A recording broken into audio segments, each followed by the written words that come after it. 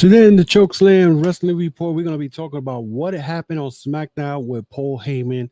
Something I called last week about Paul Heyman getting kicked out of the Bloodline, but the way they did it, it is amazing. I mean, it had me jumping off my seat.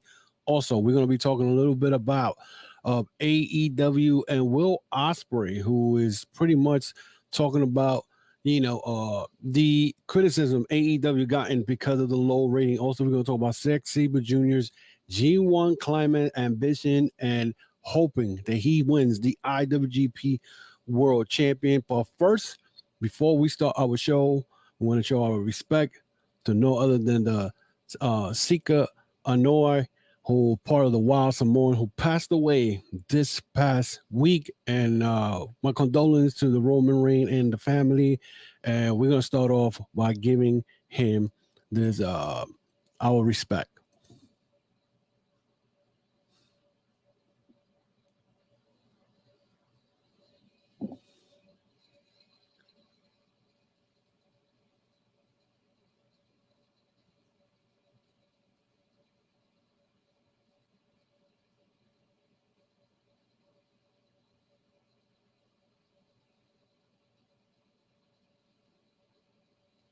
Is the moment we've all been waiting for the thousands in attendance and the millions watching around the world.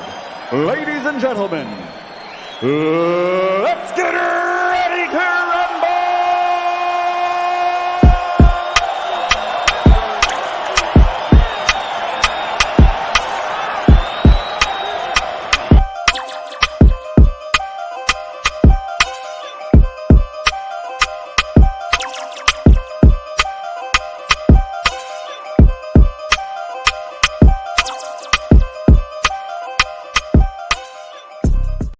Welcome to another episode of the Chokeslam Wrestling Report. I am your host, the infamous Ultimate One, on episode 201. I hope you guys enjoyed episode 200. Let's talk about what happened yesterday or SmackDown. And talk about what happened with the Paul Heyman. This storyline with the Bloodline is getting better and better by the week. Excuse me, I got damn gnats around here. I don't know why, but better and better every week. I called this last week when Jacob Fatu made his debut on SmackDown last Friday. I said Paul Heyman somewhere down the line is going to get kicked out of the Bloodline. Now, we're talking about the Bloodline 2.0. The whole storyline is getting so good again. At first, it looked a little bit bland because they brought in Tama Tonga. Not that Tama Tonga is a bland type of guy. I just felt like, why is Tama Tonga part of that? He's not a Samoan, but because of Rikishi and Haku, and I believe Haku teamed up with, I believe, Umaga's father. It's a whole history when it comes to the Samoans. So it made sense. And then when Tonga Loa showed up, that made it very interesting. But in a way, I was not too happy the way the presentation when it came to the Gorillas of Destiny. I'm going to still call them the Gorillas of Destiny. And they were getting beat up, but at the same time, they were taking a lot of the finishing moves, the stunner by Owens, the RKO by Randy Orton. But I guess, as you saw last night or on SmackDown, live from Madison Square Garden from my hometown, we saw that, it is going to be a 6-man tag coming up with Randy Orton, Kevin Owens, and Cody Rhodes versus the Bloodline, which will be Solo Sikoa and the Gorillas of Destiny. But where does this leave now Jacob Fatu? If Jacob Fatu is going to be get involved in this, is Randy Orton going to turn on Cody? And if you guys didn't see what Randy Orton did yesterday, again, he turned around when Cody said, I should be defending my title against a worthy opponent. Randy Orton looked back like, hey, I'm a worthy opponent. Why won't you give me a title shot? So with that being said, is Randy Orton going to turn on Cody come Money in the Bank? Which leaves now that if he does, then that means Kevin Owens will be by himself only with Cody, but we're going to see what happens. But this whole situation now with the whole presentation or that segment toward the ending of SmackDown was, I think, one of the best episode I've seen in a long time since the Sami Zayn Tribal Chief hearing. That was one of the best things that has happened in SmackDown, because SmackDown has been bland. There's nothing really to look at SmackDown if you really think about it. The people are going to be like, oh, but the Money in the Bank qualifier is good. Last night we saw, Bronson from the Knicks and Halliburton going at it with, that's the one part that I hate about WWE. When you bring non-wrestlers to get involved in wrestling matches, and I'm like, okay, I understand that Bronson is the hometown because he plays for the Knicks. Halliburton and the Indiana Pacers took out the Knicks in Game 7 in the NBA playoffs, but this was not needed. Just for a cheap pop, it was not needed. Just to rub off on LA Knight, this was not needed. LA Knight, it's not winning Money in the Bank. I'm going to tell you that again. He's not winning the Money in the Bank, depending who's involved. But I don't think he's going to be Money in the Bank. So with that being said, that was the best part of the whole show. Again, the Bloodline stealing the show with the way they did this, especially with the Bloodline members actually acknowledging Solo Sikoa as the tribal chief. Okay.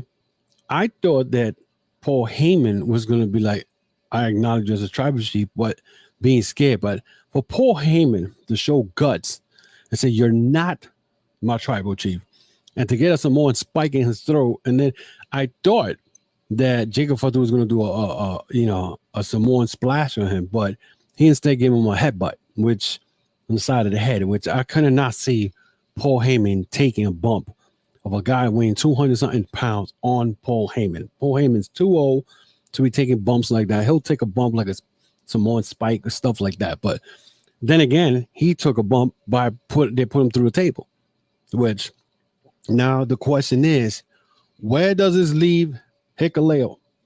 Hikuleo is still on his way to WWE, supposedly. That is the word, since he finished with New Japan Pro Wrestling. And where does it leave? Is it going to be 5 members against, where does it live The Rock? The Rock's known as the final boss. I still feel that The Rock was the one who got on Solo Sikoa's ear and said, you could be the tribal chief. I think The Rock is behind all this. And this is going to leave maybe we're going to see Roman Reigns. Maybe Roman Reigns may pop out at Money in the Bank next weekend. We don't know. We won't know if that's going to happen, because the rumor was that he may show up at Money in the Bank, but that Roman Reigns right now, it's not going to show up anytime soon, especially with his father passing away this week. So, the way they playing this, this Bloodline storyline is getting good every week now. It's getting now interesting. So maybe some of us may be like, oh, it's dragging, and not for nothing. And I know a lot of people are going to be surprised because, I got my detractors and whatnot. But WWE storyline with this is getting good again, and it's making me look at SmackDown again. I don't watch SmackDown complete. I don't got time to watch the women's division. I do not have time to watch Jade Cargill. I don't got time to be watching Bianca Belair every time this woman is somewhere. And it's crazy. It is crazy. But I'd rather watch that, the Bloodline part. That's the best part going on in WWE right now. The CM Punk versus the Drew McIntyre. We know where that's going. They're already talking about, I forgot the pay-per-view. They're going to bring a blood out, blood in, whatever the hell. They're going to bring an old pay-per-view back just for the CM Punk versus, Drew McIntyre. Unfortunately, Damian Priest wasn't able to main event on the Madison Square Garden because his plane got stuck somewhere. I don't know exactly where he was at, but he couldn't make it. So it's sad that, in New York native, being that he's in Puerto Rican descent, and there's a lot of Puerto Ricans here in New York City. He wasn't able to make it, and that was very sad. But Damian Priest right now, who knows what's going to happen. But let's move on right now with Zack Sabre Jr. Zack Sabre Jr. Right now is getting ready for the G1 Climax in New Japan, and that's about to start, I think, next month. And he got his stakes high. Now, a lot of people, may not know much about Zack Sabre Jr., but in a report, the Wrestling Fightful Select actually, he said, I feel like my career will have been a failure if I don't win the G1 Climax and the IWGP World Title. He says it's probably somewhat dramatic to say that my career will have been a failure if I don't win both G1 this year and the IWGP World Heavyweight Title. But that's the gut feeling I have, and I'm a vegan, so I have a great constitution. He said, I'm sure that even in a digital age now, they're discovering Japanese as a huge impact on people. But for me, waiting for bootleg, definitely an official. VHS tape do come in the post when I was a teenager was a life-changing experience. The wrestling landscape was a completely different world in 2001. And I honestly don't think I would have become a pro wrestler if I hadn't discovered Japanese wrestling at that time. I spent more of my adult life in Japan than anyone else, so I owe more than just my career to the country. But pragmatically now, the environment and the infrastructure of the industry is still best suited for my style. New Japan is where I can be the best wrestler that I possibly can. Now, according for Forbidden Door, I know for a fact that he is facing Orange Cassidy for Forbidden Door. I don't know why. Don't ask me, but that's going to be very interesting. But Zack Sabre Jr. right now should have been the G1, should have won the G1 Climax a long time ago, and should have won the IWGP World Title, because Zack Sabre Jr. is his wrestling skill is amazing. People don't give him his flowers because maybe they're not into it, especially in this age. Everybody wants a storyline or something that happened 3 or 4 weeks ago so they can create a match, and it's got to be a story. People don't understand some matches don't need to have promos and long-winded talk to tell a story in the ring, and that's the problem with this age of wrestling. A story could be told in the ring and whatnot. Doesn't need to have a 15-minute promo, doesn't need to have attacks in the back all the time. And Zack Sabre Jr., listen, this guy is, I love his wrestling skill. I love what he does and whatnot. Maybe he's not the type for the WWE drones and those people that like that sport entertainment bullshit or whatever. But this man is a master in that ring. And a lot of you probably saw him in the cruiserweight tournament years ago, like about almost 9 years ago, and you saw what he's made of, you know what I'm saying?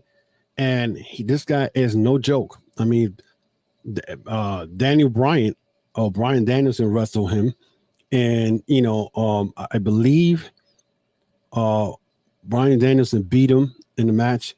So, or it was the other way around. I don't recall. I can't remember. But this guy could get in the ring with the best of them, no matter how big you are. But this guy is one type of wrestler that once he grabs you in a submission mode or a submission move, he has you for 6 seconds, then he goes to the next move, to the next submission, to the next submission. So why not him win the IWGP World Title or the G1 Climax? Because the G1 Climax this year is 4 different groups with 5 wrestlers. It's going to be 20 wrestlers. There's 2 of them that's supposed to be qualified. I know Konosuke Takeshita is representing AEW. He's in there. I definitely want to see some of the matches they're going to have there. And the G1 Climax is the best thing that happens in New Japan during the summer. So we'll see about that. Also, Will Ospreay on AEW Growth. Okay. And he says the criticism that they've been getting lately is just kind of not fair in a way, because, they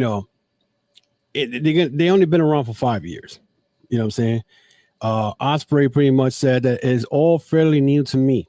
Now, this is when he was speaking to Shaquille Majuri of CBS Sports, and was asked about the growing pains the potential improvement AEW can make, which is, they got to do a lot of improvement. He said, it's fairly new to me. I do believe we had this string of bad luck when it comes to criticism, where the ratings come in. A lot of people live on that. Right now, we're in a rebuilding phase, and they're always hard. I was discussing this with some of my friends a little while ago. Even as a wrestler, 5 years, and you do find yourself, you always hit a plateau. Whether that's within your character or ability of trying to get booked elsewhere, there's always that 5-year growing pain. I think every company goes through it. If I were going to look back 5 years to what WWE was doing, it was low. And I agree with him, because 5 years ago, which was 2019, WWE was doing horrible. NXT was the one making all the noise. Okay. The way that they're thriving right now, it's inspiring as something to hit. That's what he said about WWE. Okay, you guys are doing that. We have to change the bar and see what we have to do to change things up. I'm not one of these people who shy away from it. I enjoy criticism. Someone was criticizing the way I dress. I completely understand that. There's their flavor of a championship representative. If I will walk around my area of excellence, that is how people dress and the complete authenticity of how I look and how the people around my area talk. I do get it, but I live in a world where this is how people dress, act, talk. I do love saying, look at all the good we're doing, look at the killer matches we're doing. In the same sense, we do have to take the criticism on board, because that's how we're going to grow as a company. I agree with him on this, and I'm going to tell you why. And it's funny that he mentioned about his clothes. People online on Twitter were pretty much going in there and criticizing the way he's dressed. Why are you even concerned for the way he dressed? Okay. And there's always the trolls on Twitter that lives and die on Twitter all day on Twitter talking crap. You know what I'm saying? And in a way, I kind of disagree with Will Ospreay, because when it comes to the 5 years, whatever, the crazy part is, the AEW has the talent. Has a lot of talent. The problem is the booking. And again, I said it last week. Well, the problem with the booking is Tony Khan. I don't know who's working with him as far as this booking stuff or whatever, but even this week in AEW Dynamite, okay, the go-home show was not great. I mean, I fought my sleep just to stay up to see the go-home show. It wasn't that great, okay? The weakest thing I see here, and I'm going to say it again, is Chris Jericho. Why is Chris Jericho still trying to be in a pay-per-view? He don't know when to leave. He needs to leave. You're done. You have run out of ideas. Chris Jericho and the Learning Tree has been one of the worst segments I've seen. I mean, I laughed this week because he thought that he was going to get Minoru Suzuki to team up with him for Forbidden Door, but no, he's going to get Murder Grandpa this Sunday at Forbidden Door. But the thing is, my question again, why is this man still on TV? He should be back there helping Tony Khan. You know what I'm saying? Because Tony Khan right now, that is the problem. Now, there's people going to be more mad at AEW because it looks like they're going to get their TV deal, and they're going to get a lot of money for their TV deal and whatnot, because the NBA is no longer on TNT and on TBS. So it's over with that. You know what I'm saying? So they're going to get their money, but they have to do something, especially now with the Mercedes Moné, who was going around talking about that she has creative control. And if you have creative control, in case nobody remembers, as far as when it comes to creative control, let's go back what Hulk Hogan used to do that.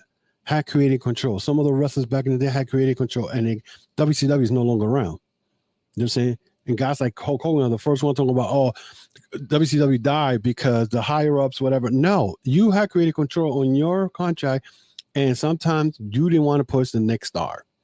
And here we are, Mercedes Moné talking about she's making all this money, but she has creative control. So, okay, if you got creative control, then that's going to be a problem, because I can see her beating Stephanie Vaquel at Forbidden Door when Stephanie Vaquel should beat her and win the TBS title. Because in reality, Mercedes Moné don't need to be in the TBS title. That's a secondary title. Why is she in the TBS title? So she should lose that belt and then go after Toni Storm, and then we could have whatever. So that's crazy, but that's what I'm looking at here. Let's go to other stuff for this week. Let's go WWE. Dijak said his last day on the WWE contract it's June 28th, or already passed. That was, I guess, yesterday. Was told his deal won't be renewed, which is crazy. They just took the social media to inform that his last day on the WWE contract was on June 28th. He said WWE told him at the 11th hour that his deal will not be renewed, and that WWE never made an offer to him. He said he attempted to negotiate, but was stonewalled. In his letter, he said at the top, WWE executive told him he was crushing it during WrestleMania weekend. And he said that he was slated for an NXT title feud coming out of WrestleMania weekend, but instead was called up to WWE Raw where he was not used. So let me get this straight. This man decided that he wanted to stay with WWE, but WWE did not want to sign him. They told him a lie that he was going to get an NXT title run. He never got it. Dynamite Dijak, this guy has some great matches with Keith Lee. Okay. And everybody talked about NXT this, NXT that. The NXT is not good. The only reason that they're getting a lot of noise is because of TNA. That's it. But how you drop the ball like Dynamite Dijak? This guy was a 6'footer, 6'9", something like that, and he can move in that ring. But this is what we talk about. And yet, we had the WWE drones always talking crap about AEW, but here they go. They dropped the ball on Dynamite Dijak. Don't be surprised if Dynamite Dijak ends up in AEW because Tony Khan, I guess he's not finished with, the free agency, which I'm going to get to in a minute. Rhea Ripley and Buddy Matthews got married also. So we don't know when she's going to be returning. But this is the first WWE and AEW marriage. That was the stupid shit that they put online. I mean, this is the stuff that I read, so I just say it for the hell of it, just being sarcastic about it.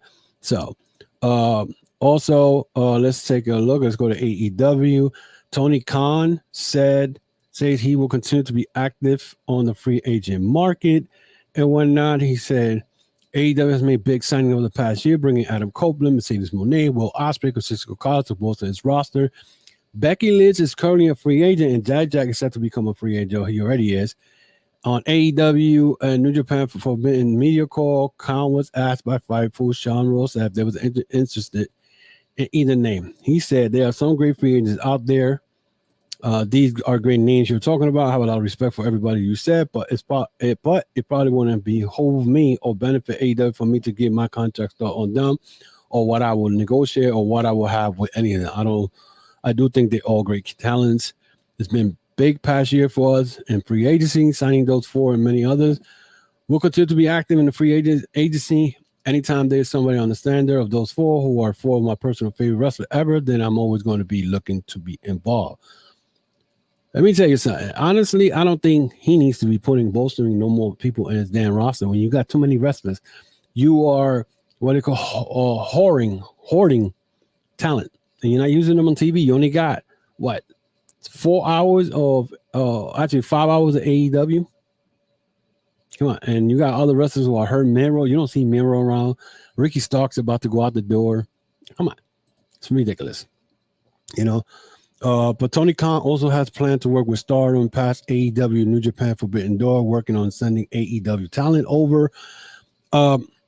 Listen, and I'm gonna tell these to all these people out here who that like to talk crap and talk about TNA, NXT, and TNA working with WWE. Do not be surprised that this thing with New Japan Pro Wrestling is going to be only annually. You're probably going to see wrestlers come. You may see put it this way. You got Gabe Kidd and AEW teaming up with the damn Undisputed Kingdom and whatnot. And Gabe Kidd is part of the Bullet Club War Dogs and whatnot. Now, are we going to see a civil war, what I've been saying for months? I guess not, because now Bullet Club Go does not call themselves Bullet Club Go. They call themselves the Bang Bang Gang.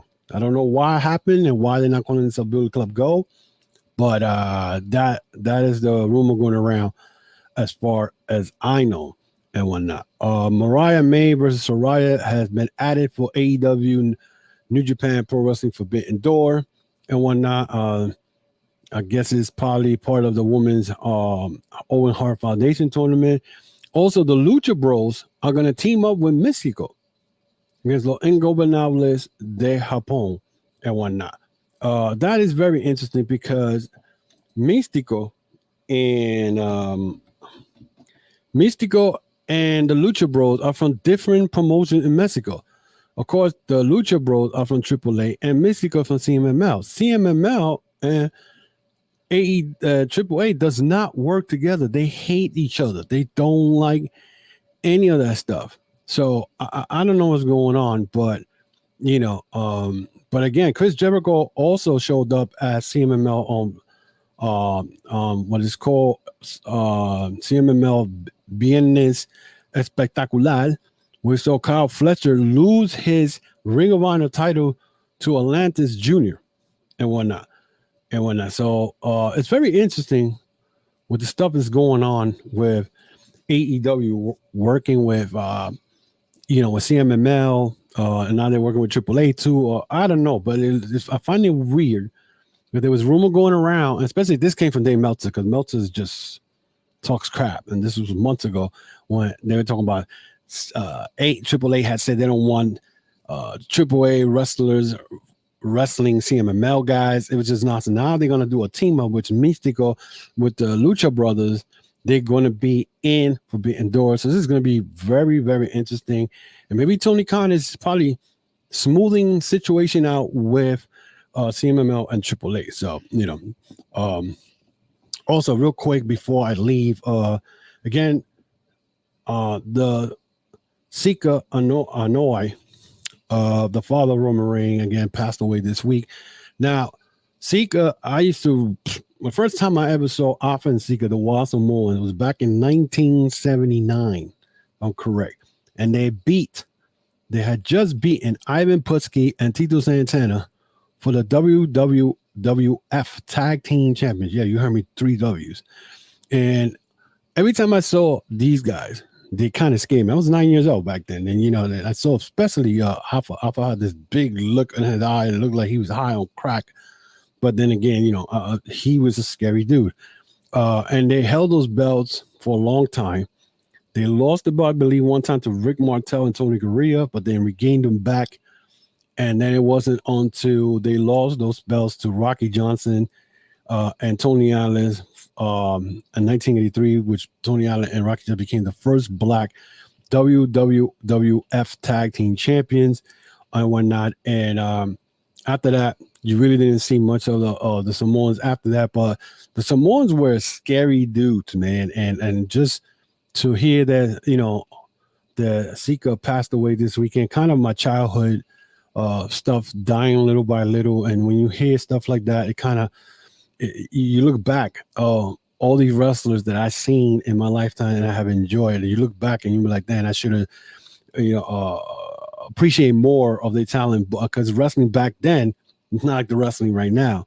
You know what I'm saying? The wrestling back then, you didn't have none of this internet bullcrap. You didn't have this tribalism. You didn't have none of that. You have people who love wrestling, and this is something that I enjoy. And may he rest in peace. And hopefully, again, prayers to the family, prayers to the Roman Reigns and everybody in the family. So that is it for me today, guys. Also, guys, if you want to get my merchandise, tcwr.veryinkpressive.com. That's tcwr.veryinkpressive.com. Get your shirts, get your hats, get your hoodies and whatnot for next fall coming up. Also, you want to follow me, you can follow me, as you can see right there, on Facebook, Instagram, X, and of course, subscribe to the YouTube channel and whatnot, and check out all the content I have in there, including my 200 episode that I did last week. Enjoy it. Again, also you can find me on TikTok, the Chokeslam Wrestling, and you can see the little clips I have there and whatnot. I want to thank everybody who support the podcast and continue to support the podcast. I appreciate it. So let me know what you think about Paul Heyman getting snubbed by Solo Sikoa and the Bloodline and put through a table. What do you think about Zack Sabre Jr.? Should he win the G1 Climax and become the IWGP World Champion, because he deserves it? And what do you think about Will Ospreay on AEW's growth? What he said, to give it time and whatnot, and the rest of the other news I just said about, especially with Mystico Atlantis Jr. beating Kyle Fletcher for the Ring of Honor TV Championship in Mexico on Friday. So let me know what you think. So that is it for me today, guys. I hope you appreciate it, all the work, everything I've done. So I'll definitely see you guys next week with more of the Chokeslam Wrestling Report.